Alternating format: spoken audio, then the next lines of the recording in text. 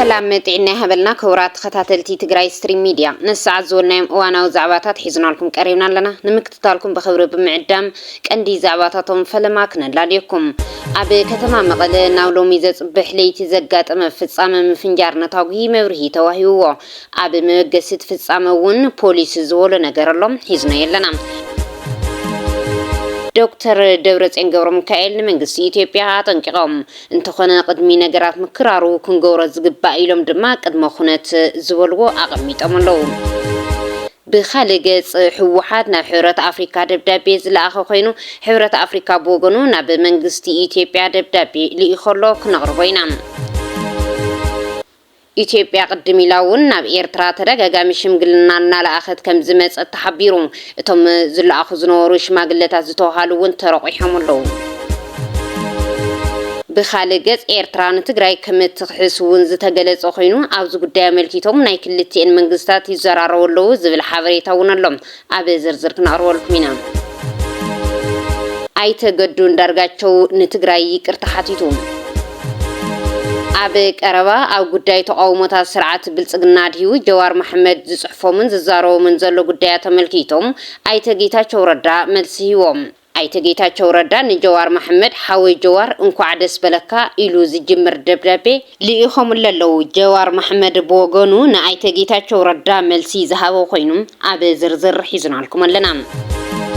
ኣብ معرفة ነፈርቲ ኣስመራ ሓድሽቲ ለውጥታት ኣለው ተባሂሎም ብኻልእ ገጽ ንመንግስቲ ኤርትራ ተቃወምቲ ዝኾኑ ተወከልቲ ሰማያዊ ማዕበል ብዝብል ዝፍለጡ በርጌና ሓመዱ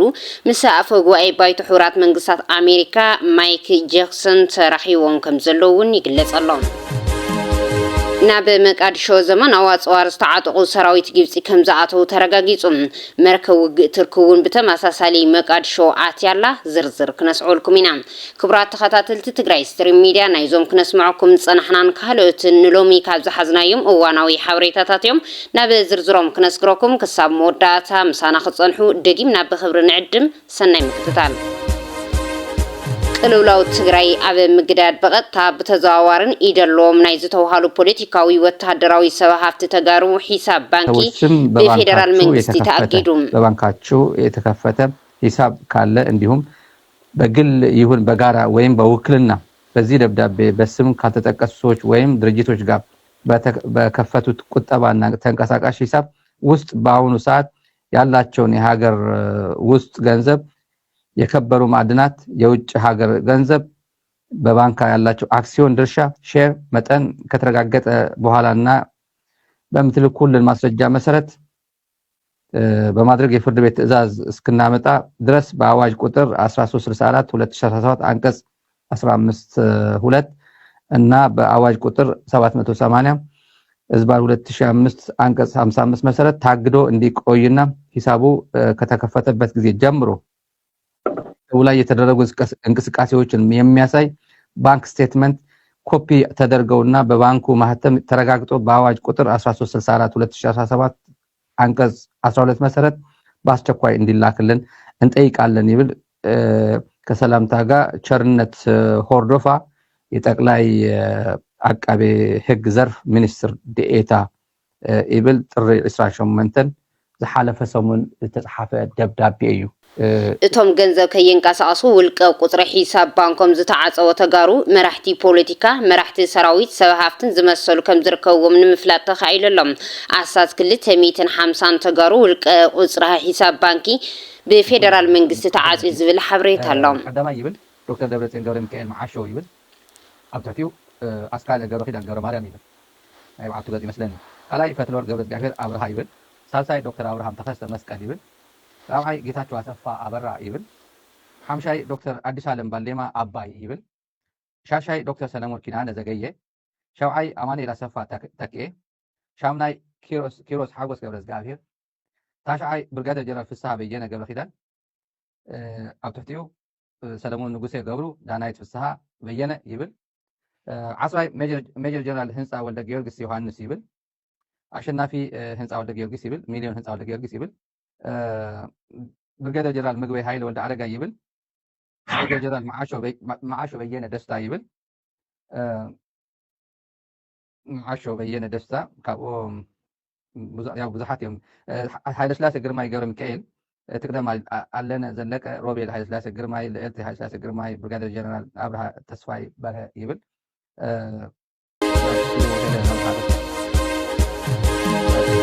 ኣብርሃ ተስፋይ ኤልሳቤጥ ኣብርሃ ተስፋይ ይብል ብርጋዴር ጀነራል ጉዑሽ ገብረ ዋሂድ ይብል ብርጋዴር ጀነራል ኣለፎም ዓለሙ ወልደ ማርያም ይብል ብርጋዴር ጀነራል ገብረ መስቀል ገብረ ዝጋቤር ሓጎስ ይብል አይ ቲንክ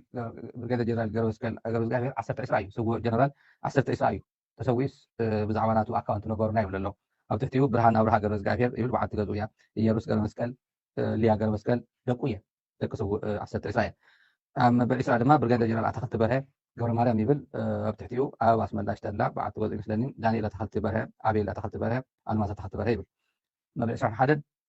ፍትዊ ፀሃየ ገብረ ዝጋቤር መበል 22 ብርጋዴር ጀነራል መብራህቱ ወልደ ኣረጋይ እሱ ይብል መበል 23 ኮሎኔል ተወልደ ገብረ ትንሳኤ ወልደ ኣብዝጊ ይብል 24 ቴድሮስ ሓጎስ ተስፋ ይብል 25 ተክለወይኒ ኣሰፋ ሓጎስ ይብል 26 ተክላይ ኣብርሃ መለስ ይብል 27 ሜጀር ጀነራል ክንፈ ዳኛው ገብረ ስላሴ በተባሉ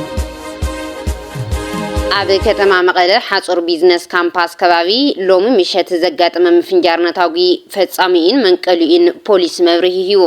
እዚ ዝተሰምዐ ድምጺ ናይ ድሮን ዘይኮነስ ናይ ቦምብ ነታዊ ከም ዝኾነ ኣብ ንብረት ኮነ ኣብ ሰብ ዝበጽሐ ጉድኣት ከም ዘየለን ቢሮ ጸጥታ ከተማ መቐለ ኣፍሊጡ ሓላፊ ቤት ጽሕፈት ዘፈር ሰላምን ጸጥታን ከተማ መቐለ ኣይተረዳኝ ፍስሃም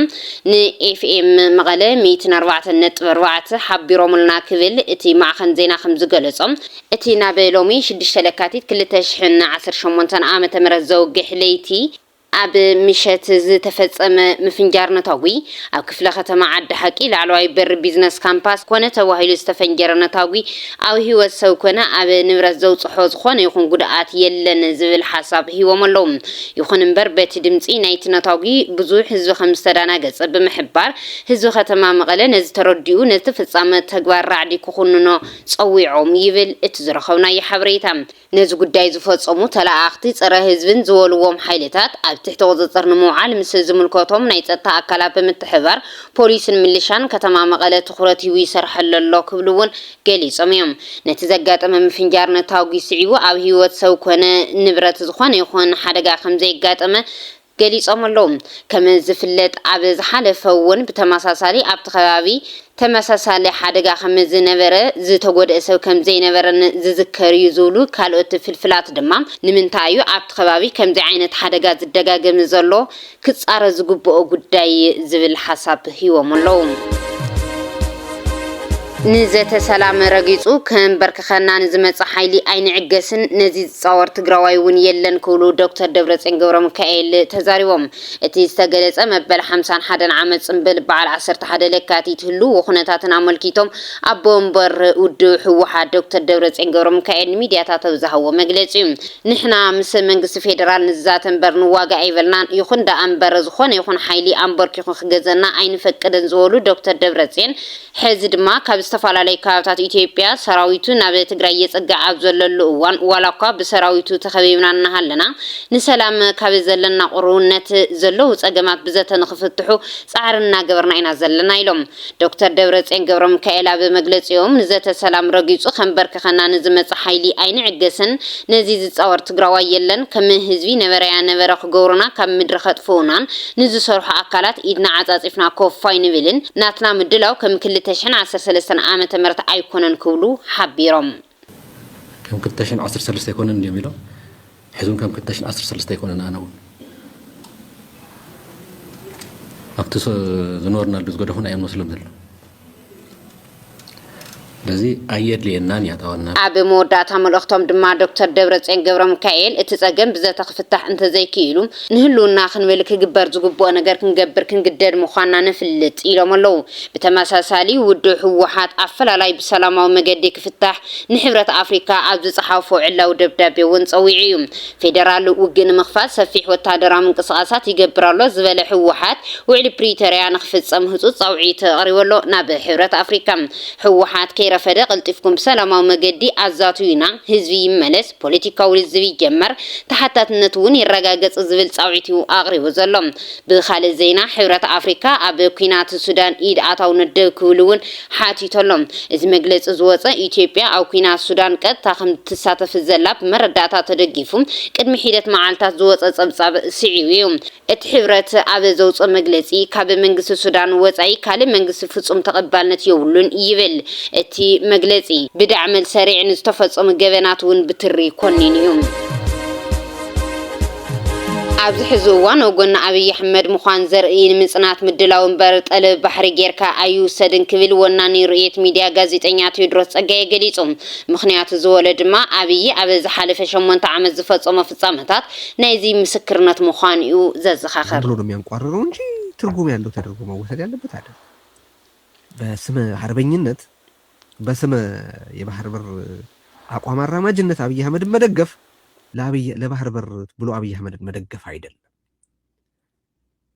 አይደለም የአብይ አህመድን የፍጅት ፕሮጀክት መደገፍ ነው የአብይ አህመድን ዘረፈጅነት መደገፍ ነው በብዛትም እንደርሱ መሆን ነው ያለፉት 8 ዓመታት አብይ አህመድ ኢትዮጵያ ውስጥ ያደረገውን ያዩ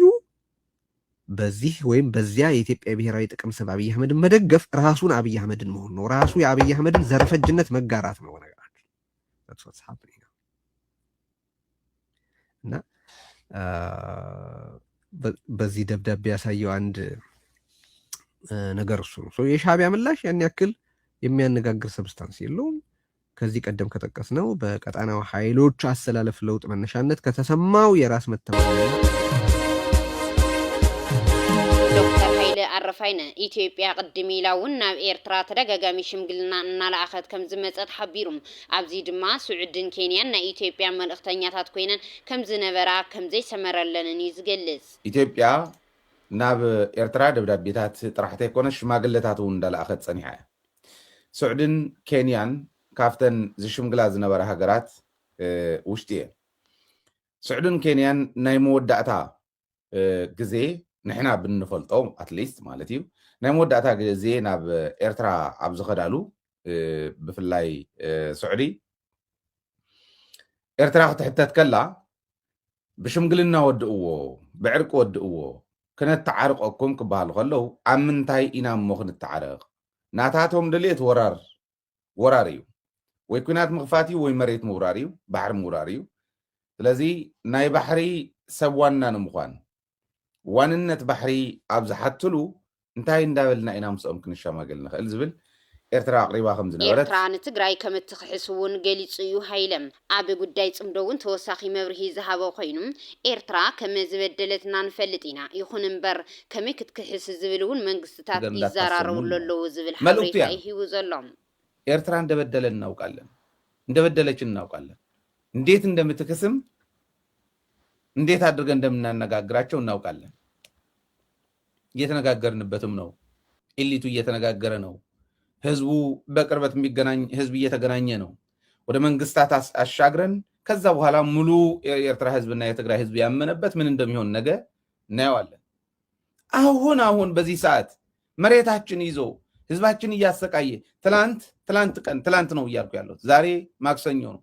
ትላንት ሰኞ 7 ሰዎች ነው የገደሉት ጸለምቲ ላይ ከወንድሞቻችሁ ተገናኝታችሁ ነበር ብለው 7 ሰዎች ገድለዋል ሰላማዊያን ሰዎች ይሄ ነው እየተደረገ ያለው ወጂ ተኾናታት ማራጽጽዕ ኒነሩ ንዝራኸብከ ህፃን ቆልዓን ዝራኸብከ ዋላን ሰይቲ ዝራኸብከ አረጊት መቅታሪ ነሩ መብድምር አይተልጦም ተቆተልና በኻሽ ሽሮና በኻሽ ሸራረኒ ሽረጥ ቆተልና ወኸነግራ ፈልጦ ብተወስና ነقتلهم ነርና ማሾ ወጂ እናقتلنا መስመጣና አባዝለኪ ሽሮን ሰሓና ማለቲ ኣብ ሽሮ ወፃና ጀውለብል ኣብ ስገርና ማዕሰር የርና او ማዕሰር ስገርና ስራት ነሮም ካብቶም ስራት ነው 10 ተሰቀትና ዳርጋቸው ይቅርታ ሓቲቱም ይቅርታ ንህዝብ ትግራይን ሰራዊት ትግራይን ይለሎም ኣብ ትግራይ ዝተገበረ ኩናት ልክዕ ነበረን ይብል ናይ ትግራይ ወራር ሓይሊ ኢለ ተዛሪበ ዝበለ ገዱ ዳርጋቸው እዚ ክኾን ዘይነበረ እዩ ኮይኑ ግን ኩለና ካብ ህል ኾቲና ክንእርሞ ዝግባ ትምህርት ሊወሰድበት የሚገባና ይቅርታ ሊጠየቅበት የሚገባ ነው እኔ በጠቅላላው በዛ ጦርነት ውስጥ በነበረኝ ኮሚኒኬሽንም ይሁን በዛ የፓርት በዛ መንግስት ጋር በነበረኝ ሁኔታ አያይዤ ነው ይቅርታ የጠየቅኩት። እምልህ አንዳንዶቹ እልህም አለ ቴዎድሮስ፣ እልህም ስላለ ለዛ አጸፋም ጭምር ነው። ልክ ነው። ይህንን ለምሳሌ የትግራይ ወራሪ ኃይል የሚለውን እኔ ተናግሬያለሁ፣ ደጋግሜ ተናግሬያለሁ። ከወደዛ የሚመጣው እንትንም ምላሽ ለመስጠት የመጠፋፋት እንትን አለ አይደል? ተያይዞ የመጠፋፋት መንገድ ነው ብዬ ነው የማስበው። እንደዛ ሁኔታ መኖር ባይችል ደስ ይለኝ ነበር። አደረግነው፣ ጥፋት ነው። ቀጣዩ ትውልድ ከዚህ ተምሮ ወደፊት የተሻለውን ነገር የጋራ የሆነውን ነገር ቅድም እንዳልኩት ዞሮ ዞሮ ሁላችንም ኃላፊ ነን። የሚቀረው አለቱ ነው፣ ህዝቡ ነው። በእነዚህ ህዝቦች መካከል የሚኖር ግንኙነታቸውን የሚያሻሽል እንጂ የሚያሻክር ባለፈው የተነገረ የተፈጸመ ጥፋትም እንደ መጥፎ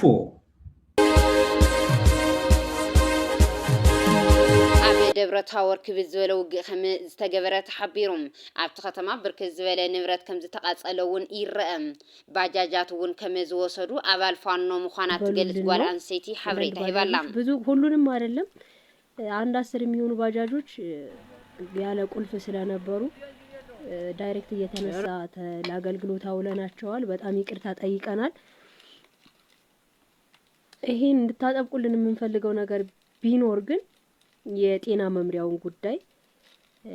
ደጋግማችሁ ሼር አድርጉልን ለህዝባችን። ፋኖ አላቃጠለውም። ፋኖ ኣብታ ከተማ እስራት እውን ኣፍቲሕዮም እቶም ኣብቲ ከተማ ዝነበሩ እስራት ንፖለቲካዊ ጉዳይ ተታሒዞም ዝነበሩ ከም ዝኾኑ እውን እዮም ገለ ፍልፍላት ዘብርሁም። አማራነት ሀገር አቁሟል። አማራነት ሀገረ መንግስት መስርቷል። አማራነት ለብሔረ መንግስት ምስረታ ትልቅ መስዋዕትነት ከፍሏል። አማራነት በከፍታ የምናየው ለአፍሪካም ለዓለምም ፈርጥ የሆነ የታሪካዊ ህዝቦች መነሻና መዳረሻ መገለጫ እንጂ ወንጀል አይደለም። ዛሬ በህዝባችን ላይ የጠለቀች ፀሐይ ነገ በእነሱ ላይ ትጠልቃለች። ምንም ጥርጥር የለውም። በመጨረሻ ዋት ፋኖ ኣብ ዝሓለፉ መዓልታት ኣብ ክልል ኣምሓራ ርኡይ ወታደራዊ ምስፍሕፋሕ ከም ዝገበሩን ንከተማ ደብረ ታወር ተቆጻጺሮም ከም ዝነበሩን ማዕኸናት ዜና ውሽጢ ዓዲ እውን ሓቢረን እየን። ደጋፊ ተቃዋሚ ከም ዝኾነ ዝእመነሉ ኢትዮ ኒውስ ዝተባሃለ ትማሊ ኣብ ዘውፅኦ ጸብጻብ ሰራዊት ምክልኻል ካብ ብዙሕ ከባብታት ክልል ኣምሓራ ድሕሪ ምስሓው ሓይልታት ፋኖ ገለ ወረዳታት ዙርያ ባህር ዳርን ካልኦትን ብዙሕ ከባብታት ከም ዝተቆጻጸሩ ይሓቢሩ። ዕጡዋት ፋኖ ነታ ስትራቴጂካዊት ከተማ ምስ ሓዝዋ ብነፈርቲ ከም ዝተደብደበት እውን ይዝረባሎም። ቤት ጽሕፈት ከተማ ክልል ኣምሓራ ሰራዊት ፌደራል ኣብቲ ክልል ምስ ዕጡቃት ፋኖ ጥራይ ዘይኮነስ ምስ ሰራዊት ኤርትራን ዕጡቃት ህወሓትን ይዋጋእ ከም ዘሎ እዮም ዝኸሱም። ድሒሩ ዝወፀ ሓበሬታ ከም ዘመልክቶ እቶም ዕጡቃት ድሒሩ ነታ ከተማ ለቂቖማ ከም ዝወፁ እውን ተገሊጹ እዩ። እዚ ከምዚ እናሃለወ ብኣንጻሩ ድማ ኣብቲ ከተማ ብርክት ዝበሉ ኃይለታት ፋኖ በሰራዊት መከላከያ ሀገር ተማሪኮም ይራዩ። እነዚህ ናቸው አሉ ተኩስ የከፈቱት ተማርከዋልና ወይ ተአምር ወይ ዋት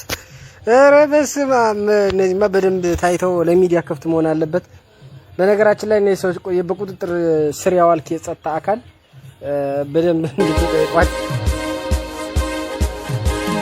ፖለቲከኛ ጀዋር መሐመድ አብይን ኤርትራ ይኹን ትግራይ ናይ ምውጋእ ቁመና ዓቕምን የብሉን ኢሉ ይኹን እምበር ኢሉ ጀዋር እቲ ብኩሉ አንፈት ኢትዮጵያ ዘሎ ደጋዊ ኢድ አታውነት ጽልዋታትን ኃይሊ ኢትዮጵያ ንምቅልባስ ጊዜ ከም ዘለዎ ይዛረብ። አብይ አሁን ባለው አቅምና ባለው ቁመና ከትግራይ ኃይሎችም ከኤርትራ ጋር የመዋጋት ቁመና የለውም፣ ፍላጎቱም የለውም። ነገር ግን ኤምሬት ጦርነቱን ትፈልገዋለች። ለምን በለኝ በሳውዲ ድጋፍና በሌሎች በቱርኮች ድጋፍ በግብጾች ድጋፍ የሱዳን ጦር ኃይል በሳውዝ ኮርዶፋን ላይ እየገፋ እየመጣ ነው።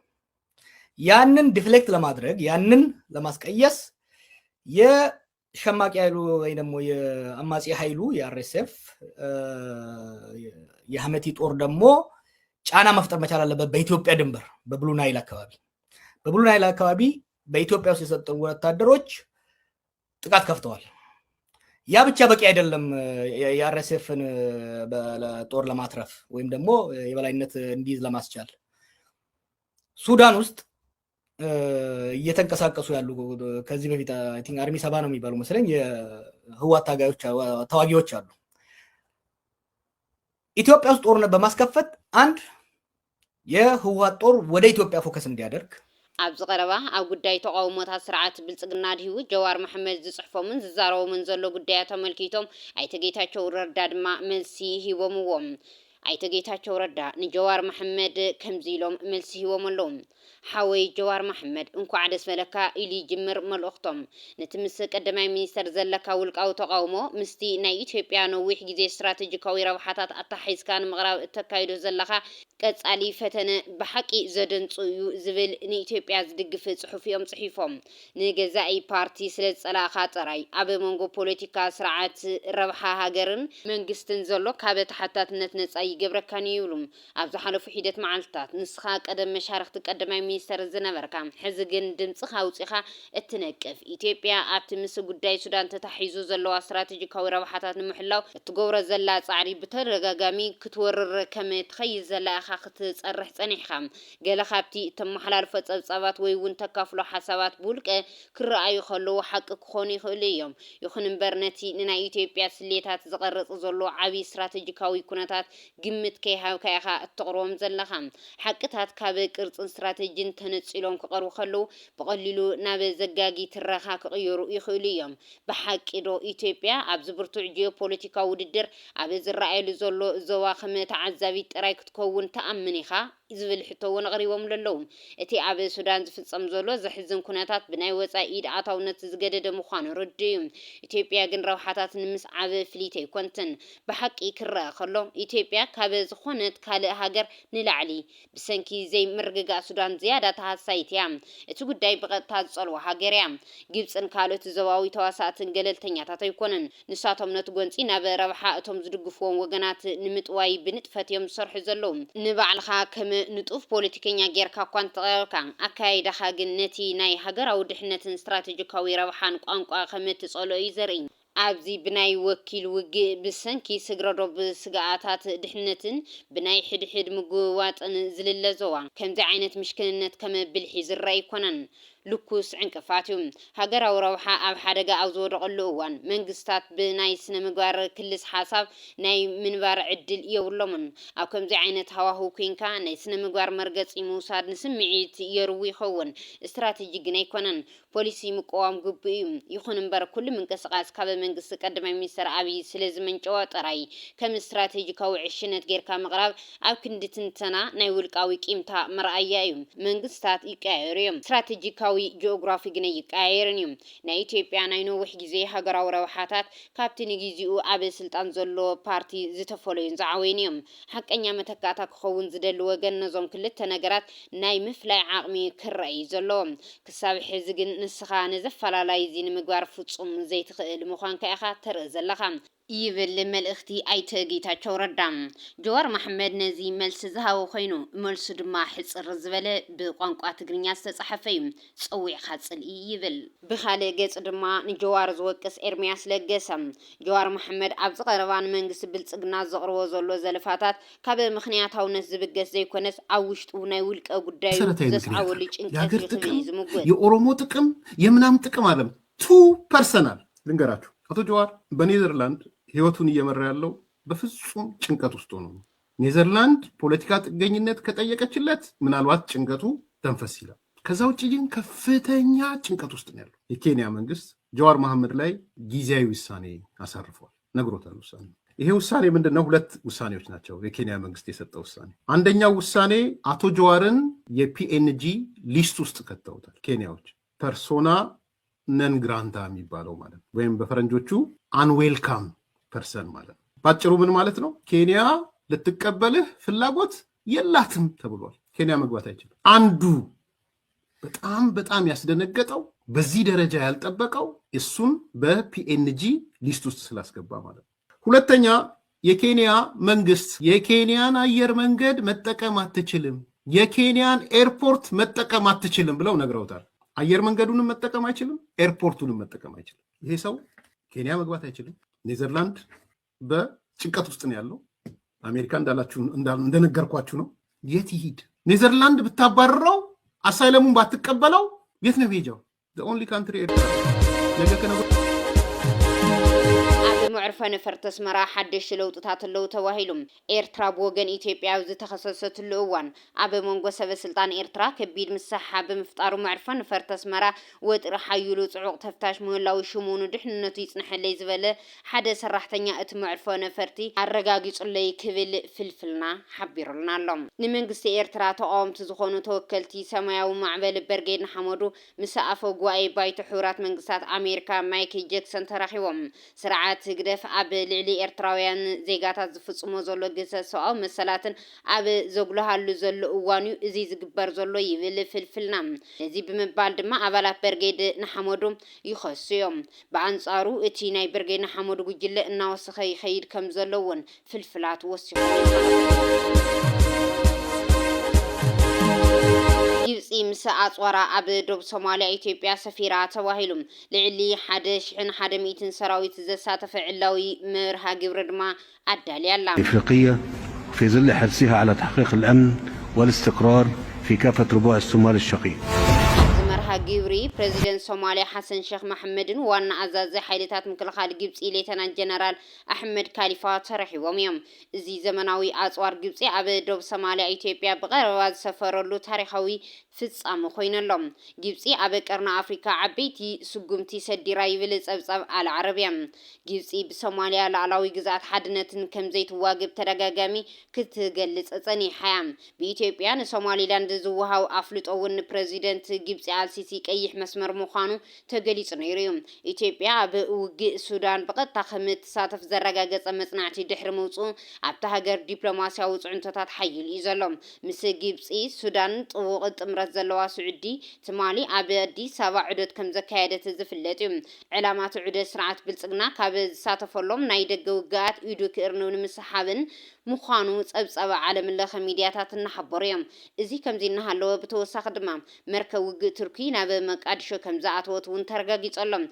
تركي مثل سوماليا زلوا وتهدراوي متحبر النواسخت أب تخدل زلاوان TCG سانكاك تارز تبهالت مركو ناب ودو مقادشو كم زعتوت هجراوي مع خنزينا صوماليا صونا حبيرلهم أبز غربا وان كالتو سخت مراخ وج تركي كسعبا خمز خلاون تثبيت زجبري توهيل الله بمسرة أبصاب صونا زيمو فارزي أكال ناي صوماليا حيلتات بحرين ومقام نمسلطان نمعتاغن كم أون أبدوات بحري كلف مسمرات مراخبن تان محيالن التجور زلات عر مخاني زجلات زي كم زين هاللوه تركي أبي سمينا ومراق زوا سانك كم بحيل بحري نمقام مدو كم زلوا ونصبصبات نحبريهم ازي سقوم تيزو سدزلو صوماليا مس تركي سعود عربن حويسو مس زواوي محازوت هاجرات وتهدراون دبلوماسيون شركناتات اب تسفحوا لزلا اوان مخان دمات زارو تاتلتي تግራይ ستريم ميديا نسع زدلنا لكم اوانا وزعباتات زي ميموصل نيرم نمكتتالكم كاب لب مسكينا سلام نملا حزب تግራይ سلام